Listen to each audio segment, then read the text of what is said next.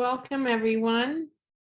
I'm Kristen Muller, Executive Director of Peters Valley School of Craft in Layton, New Jersey, tuning in here from the ancestral lands of the Lenni Lenape people.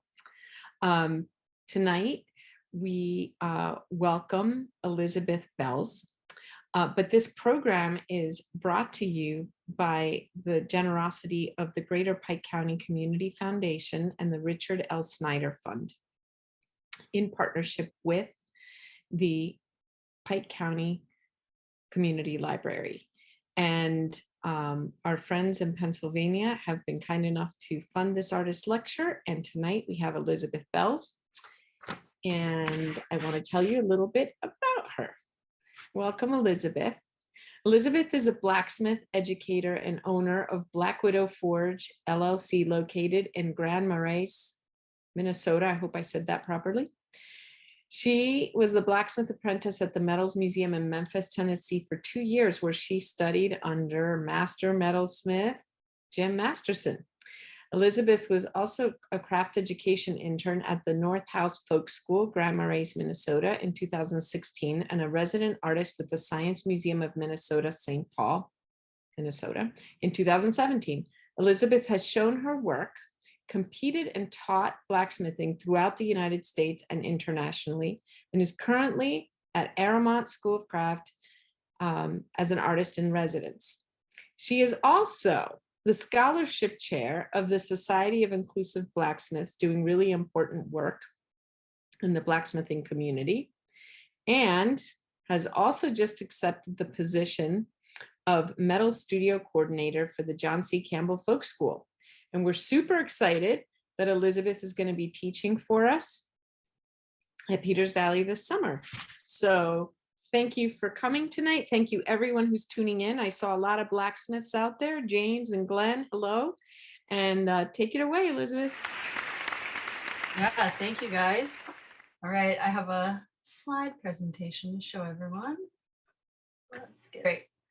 All right, so today I'm not only going to talk about my work, but also the alternative educational direction I took to get to where I am, the influences along the way, and the organization I help run dedicated to building equity and diversity in the field of blacksmithing. This image pretty much sums me up. I was born in Minnesota into a family of artists, and I'm obsessed with insects. I identify as a female artist blacksmith. Both my parents were florists and ran their own business from the time my brother and I were little. My uncle Jim and my brother Matthew were both professional welder fabricators and still are. And my maternal grandfather Don was a third-generation jeweler and watchmaker who owned Zweck's Jewelry, which you can kind of see down here on the road, in Marshfield, Wisconsin. This was a family-owned business from 1904 to 1996. And here's where my first memories of metal objects being made are from. I clearly remember my grandfather's pantograph engraving machine similar to the ones pictured here. At the age of 7 or so, I remember running into the shop, jumping into a chair, and organizing the 9 brass letters I needed, sliding them into place, and meticulously tracing the word Elizabeth onto every nameplate I could get my hands on. Every time I hear the buzz of an ultrasonic cleaner these days, it brings me right back to that store. Unfortunately, my grandfather passed away before I could really tap into any of his metalworking knowledge, but the memories from those times with him stuck with me as my life went on.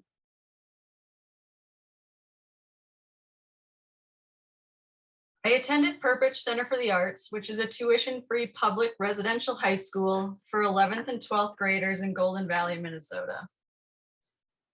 This was a good path for me because it thrust me into the Twin Cities art scene, and I could focus a majority of my energy on art. I was able to take a 3D course during high school at the Minneapolis College of Art and Design with a woodworking instructor from Germany. Needless to say, she had a challenge when it came to me wanting to make every single one of my projects out of metal. This is a picture of my first metal installation piece, done all cold worked because no one could or would show me how to use the forge in the studio. And this was like way before Facebook, so these pictures are not the best. Then after graduating from Perpich, I found myself in a weird position. If I went to college, I'd be repeating my last 2 years of high school, and I would have to find a way to pay for it. But if I didn't go to college, everyone around me was giving me the impression I would somehow be failing at life. So I wasn't really sure what to do with myself. I ended up stumbling into a mentorship program at the Minnesota Center for Book Arts in Minneapolis, Minnesota.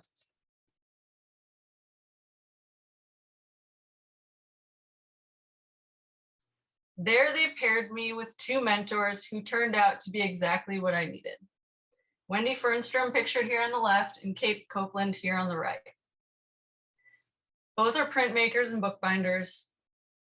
And I can't even recall which one told me this anymore, but one of these women said to me one day, "So college doesn't seem like the right path. Have you ever thought about going to Penland School of Craft?" And that was it. If you only take one thing away from this artist talk, I want it to be that it's okay if you don't want to go to college. If you do, that's great, but there are other ways of gaining the knowledge you need to be successful in what you want to do. You just have to sometimes go out and find what those opportunities are. And these 2 women definitely were those influencing factors in my life.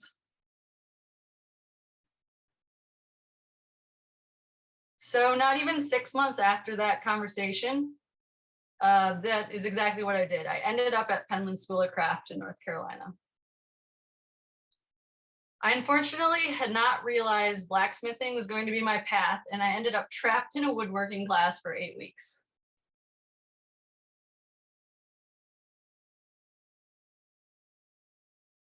But eventually I fell into the right studio for me, and I took a class with Zach Noble, an Asheville-based blacksmith, and at that point there was no turning back.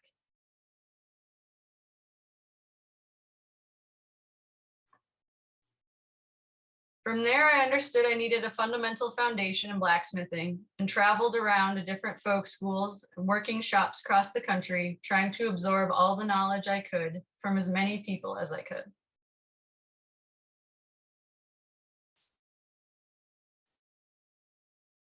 I found myself at John C. Campbell Folk School as a work study and later as a Creative Catalyst Fellow, where I could fully immerse myself in the traditional craft of blacksmithing, soaking up all the history they had to offer on campus.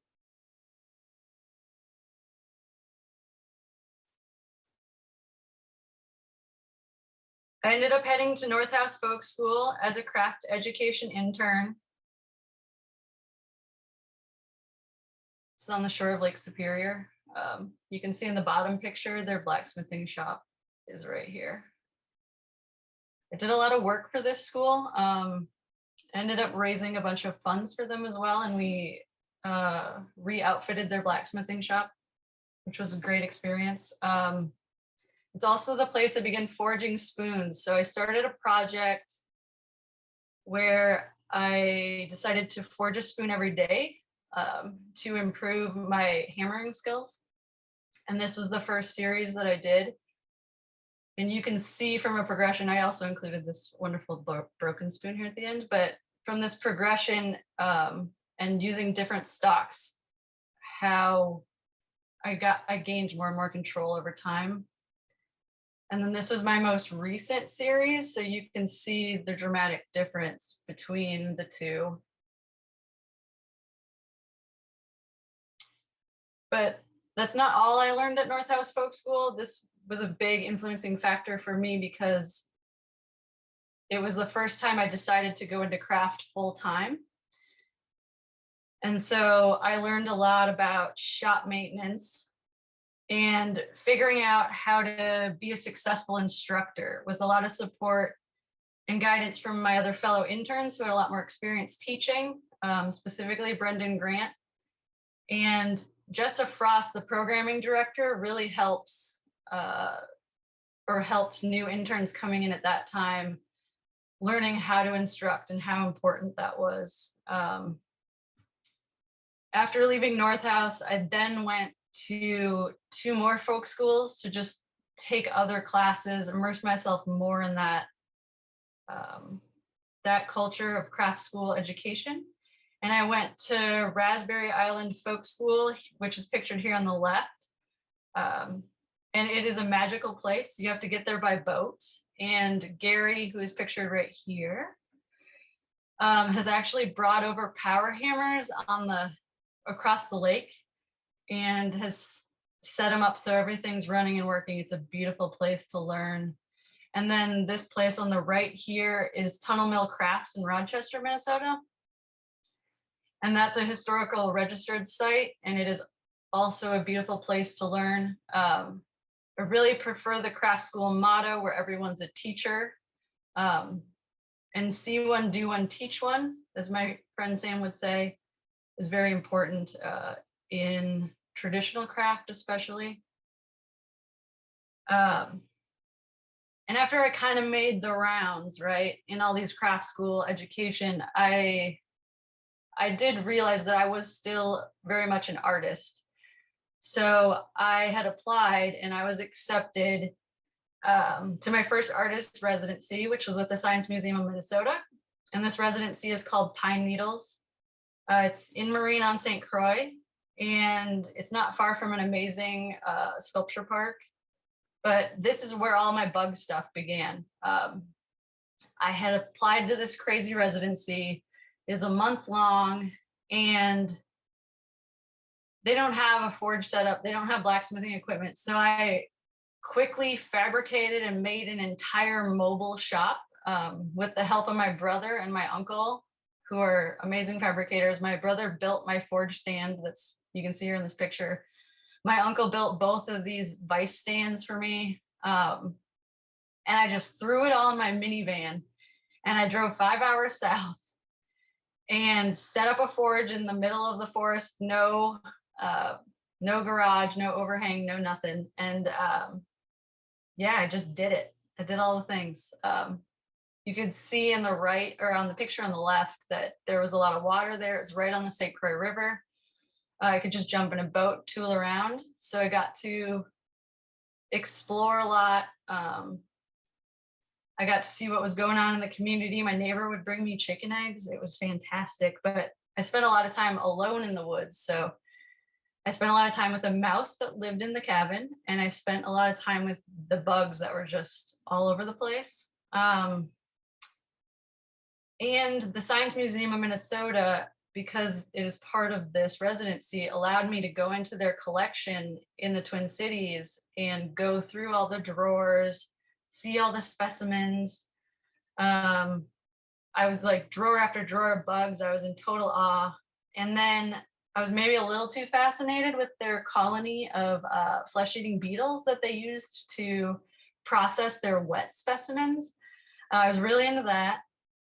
And as part of Pine Needles residency, you're asked to donate a piece of work to their collection when you leave. And here's my first bug. It's titled Water Spider. I mean, it's pretty obvious, but I was on the St. Croix River. There was a lot of bugs. Water spiders were something that were around a lot. And when I started making this, I had very little idea as to what I was doing.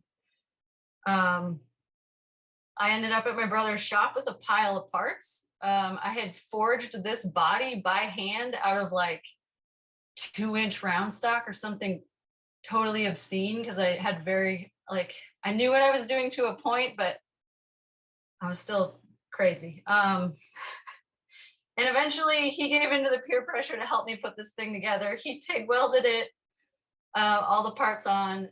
I finished it, patinaed it. I like really badly engraved my name and the date on its butt. So if you go to the watershed location for the Science Museum of Minnesota and you see this, you should pick it up and laugh at the bottom. But what this sparked was a process. And I'd learned forging and fabricating techniques from all the folk schools and all the shops I had gone to. And I loved the idea now of utilizing traditional techniques together with modern forging processes. So I love the idea that I could go into the forge one day, create all of these parts and pieces, and then kind of sit on them for a minute, then go back, weld things together, reforge. And I kind of like this long process of going back and forth. So I developed this crazy process, a process for making figurative insect work on a large and small scale. And at first, all my insects were small. These crickets were actually made during a workshop at Penland with instructor Andrew Hayes. And they're about, you can kind of see on the left, this pair of welding pliers, how big they are. So they're maybe a couple inches long. Once they get all folded up, their legs kind of tighten up. So they're a lot smaller. You can hold them in your hand. And then this was the second insect I made. So I went from that water spider to this praying mantis. And I did that in, what do I want to say? Because of something Andrew had given us to do as part of a class project. He said, you need to do an installation piece. It needs to be relevant to where you're placing it, blah, blah, blah. I didn't know what I was going to do. I didn't go to art school. I kind of understood what he was asking, but one day a praying mantis just like happened upon the path I was on, and I picked it up and carried it around for 24 hours to all the studios so everyone could see, because it was the biggest praying mantis I had ever seen. So I made this in response to Andrew's prompt for class. And I had actually installed it. I just set it on a table in the dining hall by the napkins. And people coming into the dining hall, this is my favorite part, was that people coming into the dining hall had not realized that it hadn't been there before, because it felt like it was where it was supposed to be, or where it had been. And then Andrew also asked me if I saw the difference between this piece and the first spider piece that I had made, which caused me to take a long, hard look at what I was actually producing. This caused the process to become more, just more everything, more sketching, more planning, more thinking about what I am doing, more about the insects, more about their environment, more about all of it. And I dove into the subject matter even more. I looked at entomology through different lenses. And as my friend Harry put it, I eventually started treating insects like normal people treat dogs. I noticed everything about them. I wanted to take care of them and help them when they needed it. I realized that they had thoughts and feelings and weren't so much different from us. I tried to find a picture. I raised a praying mantis egg sac, and I had like 5 bazillion praying mantises at one time. They were fabulous and they're crazy. And I recommend anyone with children hatch some praying mantises. And so I was looking at insects in a different way, and I love all these little parts out together. And my work changed.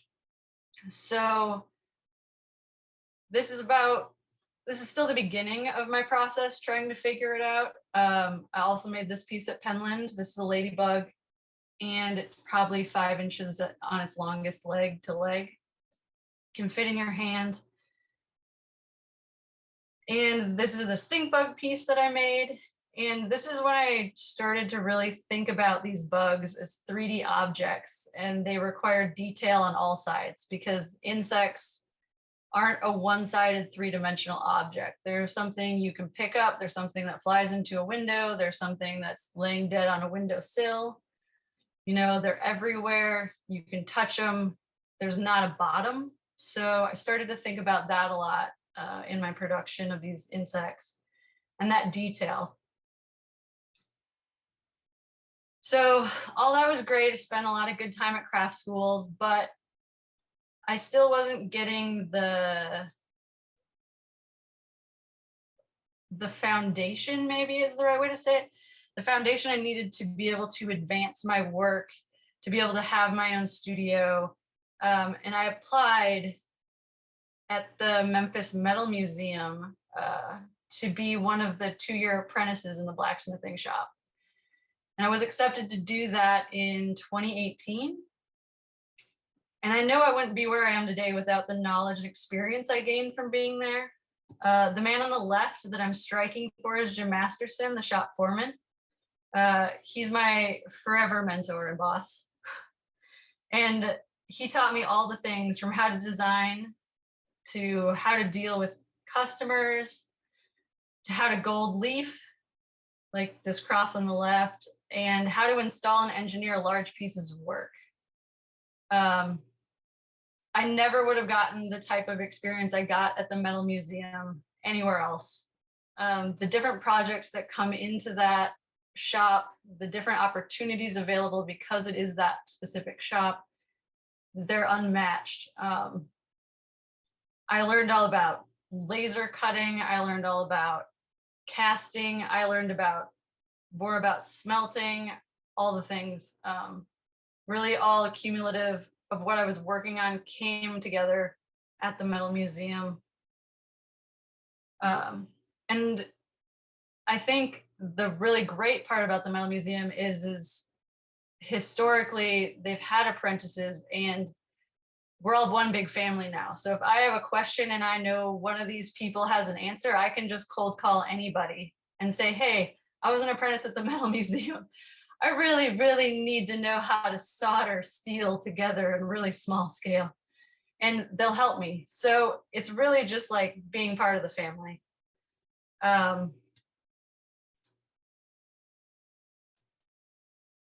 Yeah, and then this is what happened to my work while I was at the Metal Museum. So while I was at the museum, my work evolved, and there was a series of mayflies I made in a reaction to actually the other apprentice at the time. So we used to overlap by a year. And the other apprentice was Casey Ganley, and he was an SIU grad. And his skill and technical knowledge still blows me away. But his elevated processes he used in his own work changed how I saw incorporating my skills into what I was making.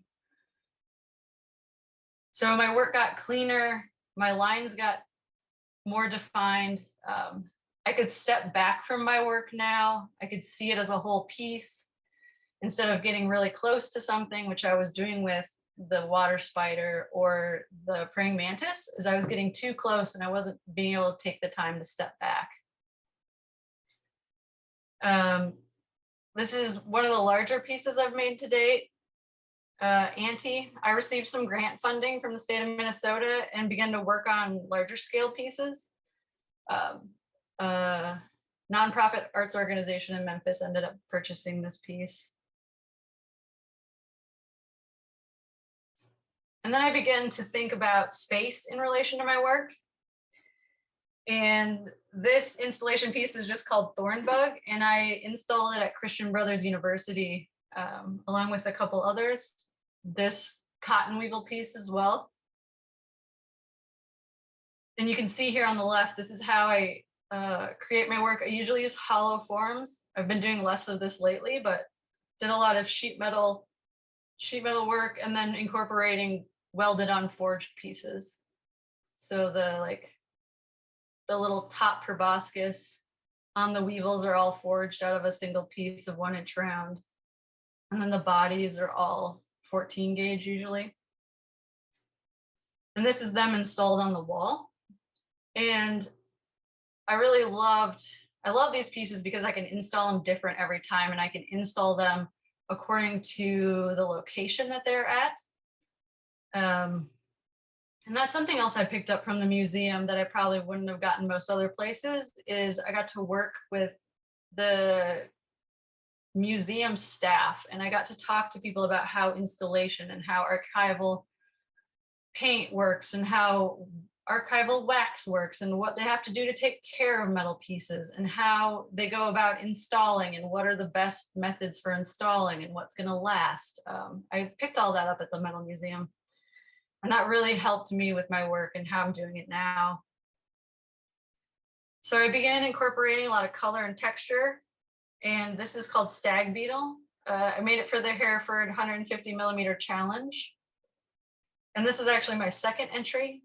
And this was made completely out of 6 inches of 3/4 inch square. So I cut all these pieces with a portaband. I forged down the shell stock flat under the power hammer, forged the headstock flat. All the legs are actually tenoned on and actually up underneath the shell. You can see the tenons, but one leg ended up breaking off, so I did have to weld some stuff on this piece, but majority of it, like 95% of this piece, is hand forged. And then after I made this piece, I started to think about the processes that I actually liked doing in metal, and forging was one of the biggest processes I enjoyed doing. So it's something I try and utilize more and more in my work. And I try to eliminate grinding because that is my least favorite thing to do. And it's just a side note, this 150 millimeter challenge piece is part of the internationally circulating show. And I think I heard rumors it's going to be at Abana this year. If anyone's going to be in Dallas in May for the Abana conference, they should definitely go check this show out. It's incredible. Artists from all over the world produced work out of the same starting material stock. But from this point in my work, things started to get weird. Things got stranger, things got more childlike. I simplified insects. I added simple moving parts. These yellow rivets actually are, it's all pipe, all the legs are pipe forged. And then the feet are solid stock and they're riveted through on those yellow parts and they actually move. I made insects taller. I took away their eyes. And I left them with only a few distinguishing features. I was just trying to simplify things. I really like simple lines. I love this wing texture I discovered and started utilizing in my work. I did not invent it, someone at Penland did, and I found it in the scrap pile and I was in awe. So now a lot of my wings are that texture and it's plasma cut and then pounded flat with a power hammer. I began adding more and more layers of color. Utilized patinas, paints, tints, clear coats, waxes on the surface. I began texturing the metal so it would hold paint in different ways, unusual ways. This is my most recent Thornbug, and all of this texturing was done under the power hammer. And then this is one of my newest finished pieces. It's called Femite. They're chiggers, and they're about 6 layers of processes to get that tonal difference. Currently, I'm an artist in residence at Aramont School of Arts and Crafts in Gatlinburg with 4 other talented artists. This is my outdoor studio space. So Aramont doesn't actually have a blacksmithing program. So all of this equipment is my own. When you are accepted to become a resident artist at Aramont, you are expected to bring all your own equipment. And since I had the experience of already throwing all of my mobile shop into my van, I knew I could definitely handle this, except it took a 26-foot truck because I now own a power hammer. And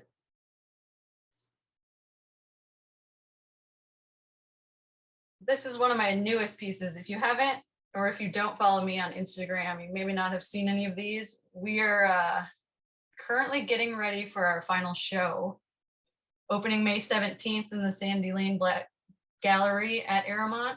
And if you want to come see it, it's going to be a fabulous show, but I don't have a lot of finished photographs of the work yet, since a lot of it's still in flux. So I just finished these mosquitoes like 2 days ago. Got this dragonfly, the daddy long leg in the background. I've got 3 of these tall butterflies I've been working on. They're all riveted. I've been utilizing a lot of pipe forging lately.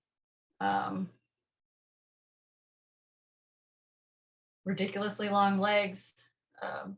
They only weigh about 20 pounds. They're going to be suspended from the ceiling, but they feel like they weigh 80 pounds because you're constantly getting stabbed by random pieces of metal.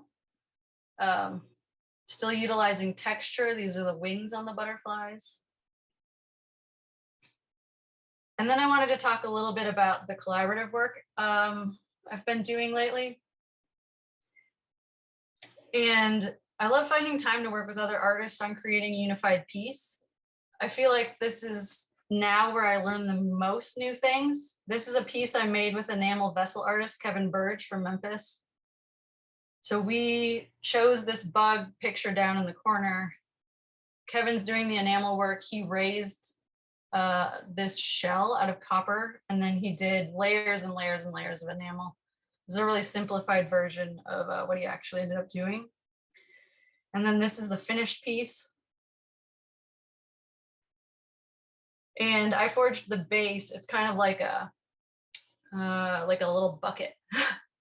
And it takes the enameled piece up on the top, and then we ended up actually gluing it down.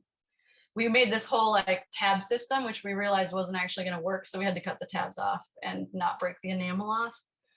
And then I had the pleasure to work with master blacksmith from Russia, Anton Yukashev, when he was in Memphis. And together we made this collaborative piece. And it's chut chut, which means little bit, loosely translated in Russian. It's forged and fabricated steel body with a copper brazed wings, and the wings were tagged on by Reed Peck Chris, who was another apprentice at the Metal Museum at the time. So we designed and did this bug in about 2 to 3 days together. And then I love forging not just because of the fire, but because forging is often a collaborative process.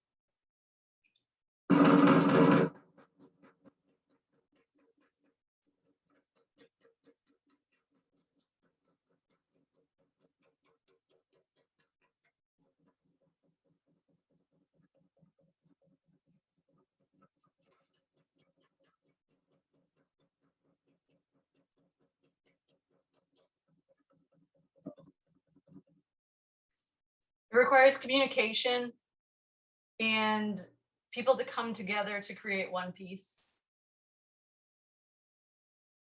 So if I can't lift something, 2 people can try and lift it. If 2 people can't do something, 3 people can come in and do it. And it's amazing what a group of people can accomplish together. This is one of those projects that we all worked on. I think this was 3 days a week from start to finish. And this is an Italian artist. And then it can bring you amazing places. For this piece, I traveled to Melbourne, Australia. Jake James is actually the designer of this piece. He is on the far right of your screen with the red button on his shirt. And all of this piece, not all, but majority of this piece was done with sledgehammer work. And I was the only woman on this team.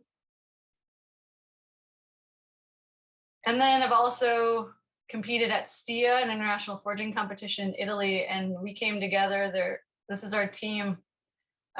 There's 2 people from Russia, my friend from Germany, and then Harry, who is from South Carolina.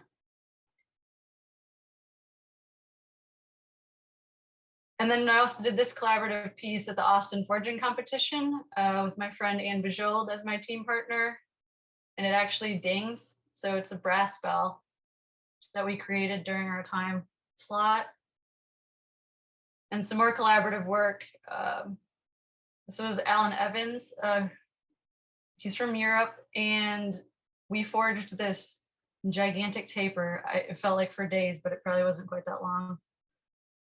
We've also done some smelting workshops with Wayne Potras, who's pictured here on the left, and that's a collaborative process as well.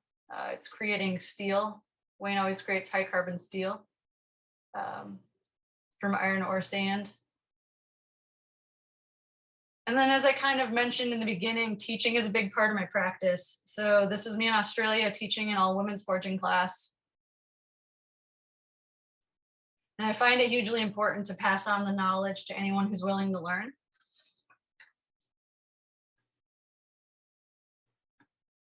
And that means making this art form specifically accessible, because this is what I'm passionate about, is blacksmithing, to those who have been underrepresented or dismissed in the metalworking world. And I sit on the board of this organization with another group of amazing women. And it's the Society of Inclusive Blacksmiths.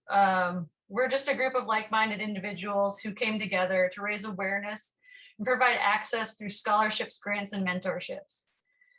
And including our new partnership with Peters Valley, if you're interested in receiving a SIBS scholarship to attend a Peters Valley workshop class this year, you can find the application on our website at inclusiveblacksmiths.com. And the application is actually due on April 1st. See if I can get this video to work. This is my final video, and I'll stop talking and you can ask questions if you have any. This is my niece in Stillwater, Minnesota. Hey, Celine, what you doing with that sword? I'm fixing it. I'm making it. You're making it. Are you a blacksmith? No, Blacksmiths make swords, honey. I am a blacksmith. And Virgil needs a new sword. Virgil needs a new sword. Yeah, this is my new sword.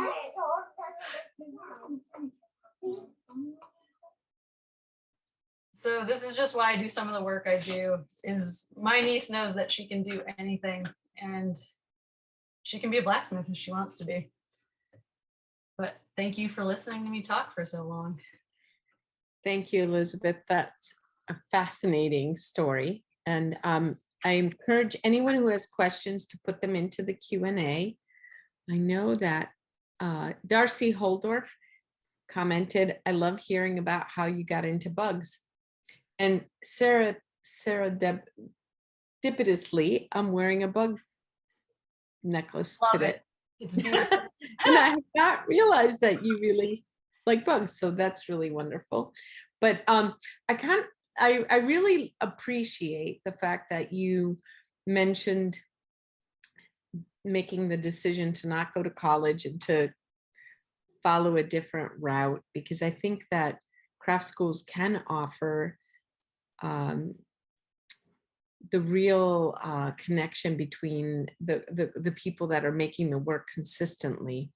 And I think that that's a beautiful thing, that we have this network of craft schools around the country where people can get the knowledge and the experience. Because I personally found after undergraduate school that being at a craft school, working with the production potters that would come in and the different ceramic sculptors, because I work in clay, it was such an amazing experience. They had such great technical knowledge. So I love the fact that you pointed that out. Let's see here. Billy Barrett. Hi, Billy. He says, the detail in your work is incredible. And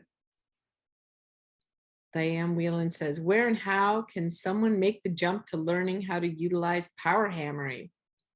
Oh yeah, there's a lot of classes out there now. I know for sure Abe Paradis was teaching a power hammer forging class at the Appalachian Center for Craft, so that might be a place to look. But I know there are other opportunities. I'm sure Center for Metal Arts also probably has something. And the John C. Campbell Folk School shop has 5 power hammers, so you can always come down and hang out with me. There you go. And at Peters Valley, we have 2 power hammers as well, so you can learn there. Darcy Holdorf says, this talk was awesome. I learned so much about you and your process. Bob Brandel says, Pat Quinn teaches them. And let's see. Great job, Elizabeth, from Alan Sloas. Oh, 2 new messages. This is coming fast. John Schmidt, awesome lecture. I see 1 question in the Q&A. Oh, I see 2. Miss you from the gang at More Tech in Memphis. Diane Whelan said, cool, you will be at Urbana this year. Amy Folwick says, I kept looking for the love button in Zoom. And then in the Q&A, there's 3 Q&As. Let's see. Sean Fitzsimmons, who was our assistant last year. Hi, Sean. What is your go-to hammer? Which hammer is your favorite hammer? Yeah, so I use a Yuri Hoffy style check hammer, and I go back and forth between what weight I like. So usually around 2-ish pounds, but it depends on, I need a smaller hammer when I'm forging little tiny bug parts because I'll just moosh them into absolutely nothing. Powell Michelle says, awesome presentation, Elizabeth. I have always been impressed with your skills. Love you, Michelle Powell. And then Pamela Arcuri asks, where do you feel you'll go next after insects? Yeah, so I've been thinking a lot about this one. I think there are so many insects that I literally will never run out of inspiration. So, but I have been toying with the idea. I love horror movies, so I'm trying to make the insects even more scarier. So I think eventually I will progress into some kind of monster situation. I haven't quite gotten there yet, but it's definitely leaning in that way. I'm going to expect some zombie insects coming next. Right. But I think it's really interesting that at one point in your lecture, you talked about someone telling you to step back to look at the work. Mm-hmm. And how that made a whole lot of movement come into the work as well. Yeah, and it definitely got me thinking about the space aspect, which I talked about a lot too, like how the insects live in space. And I wanted to do some more installation work, like outdoors, versus doing just gallery work. So that's probably where my insects themselves are heading, is more of an outdoor piece, but pieces. So there's something interesting about scale. Mm-hmm. Right, like when you made your water spider, how large was it? What was the scale? It's like a little bit like my chest width, probably on the widest part of the legs. I carry it around like it was a breastplate, so I know it fit right here. That's great. John Congdon is asking, how much of your process involves making your own tooling, and what kinds of tools do you find yourself needing to make most? Little tiny tools. That's one thing too that I got from Casey Ganley at the Metal Museum, who was the other apprentice I kind of talked about. I needed to make the tiniest little drift you've ever seen. That was like less than 1/8 of an inch. And he brought me to the like miniature train store. Like, I don't even know what you call it, like the hobby store. Mm-hmm. And he like knew about this piano wire metal that I could use, forge really tiny, or even just machine really tiny and use as a drift. Because I've made pieces where I need to just the tiniest little baby hole. And so I make little tiny tooling. I do not make my tongs. I do not make my hammers. I generally purchase those. I'm friends with Anna Koplik, so I'm spoiled because she's like the best at making tongs. So I try and squeeze tongs out of her every chance I get. And I buy a lot of tooling. I love to purchase brand new tools. It's one of my favorite things. Well, that's great because Anna has a background in fine metals, so she knows small tools to big tools, right? So that detail is great. Nicholas Wisniewski is asking, where did you source your power hammer? I've been looking around but haven't been able to find any. Also, I still have my Cricut. Yes, Nicholas. Yeah, Nicholas was in a class with me at Penland with Andrew Hayes. Nick, I got my power hammer because the College of Memphis closed. And I bought majority of my equipment from the College of Memphis. And the Yin Yang power hammer that I bought was a steal, but I use it all the time and I love it. So if you can get on the list to buy an Yin Yang, that's what I'd recommend. Does anyone have any other questions please feel free to pop them into the Q&A. This has been fascinating. Kristen, I saw a question that was just Oh. recently added in the chat from Diana Whelan. She says, can you talk about ways your organization is getting the word out to include more women in blacksmithing in addition to the scholarships? Yeah, we're doing mentorships as well. And it's not so much as getting the word out as it is spreading information.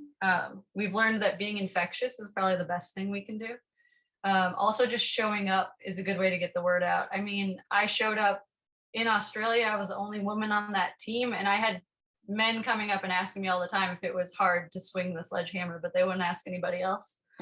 And I also taught Waterside Blacksmithing Studio's first all women's blacksmithing class, and they were like, we don't need this. And then as soon as I showed up and did it, and my class was one of the first ones to fill at that conference, now they do it like every session. So they saw the need, they saw that just showing up, being there, teaching those women's classes, because metalworking can be really intimidating, that's really important. So SIBS has also tried to do a lot of networking.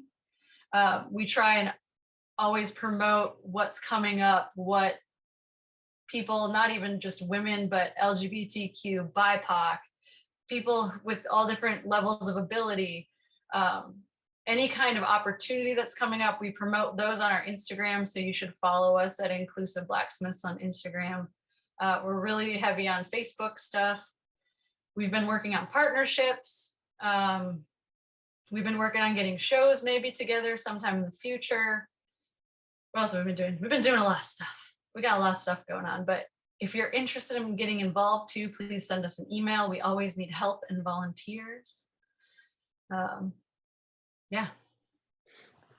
Elizabeth, that's such important work. And I'm going to suggest that maybe you connect with the women in woodturning, because the woodturners is a very male dominated field, and the women in woodturning have done incredible work to elevate and make the woodturning craft accessible to women. And it's just fabulous to see these efforts. I will say that at Peters Valley, there are a lot of women in the blacksmithing classes, and our woodworking program is 51% women. Yeah. Just like now we need the fibers program to get some men involved. But anyway, it's super exciting to see how many people are getting interested, and that it's becoming way more accessible. So thank you for the work that you're doing. It's really important.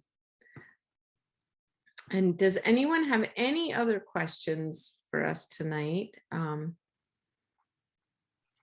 If you don't, I have a comment here that says, yay Sibs, from John Congdon. And Diane Whelan says, thank you. Sean Fitzsimmons says, and Anna is the best at making hammers too. And I don't know if anybody has any other questions, but you can find earlier on in the chat here, Rachel posted where you can find Elizabeth Belz' website and her information about the Society of Inclusive Blacksmiths. So thank you so much for joining us tonight, everyone who participated, and Elizabeth for giving us such an inspiring presentation. Thank you so much. Yeah, thank you for having me. All righty, we'll see you this summer. Thank you, everyone. Bye. Thank you so much for tuning in. We would like to thank our sponsors for making programs like this possible. If you liked this video, please hit the like button and subscribe to our channel to receive more like it in the future.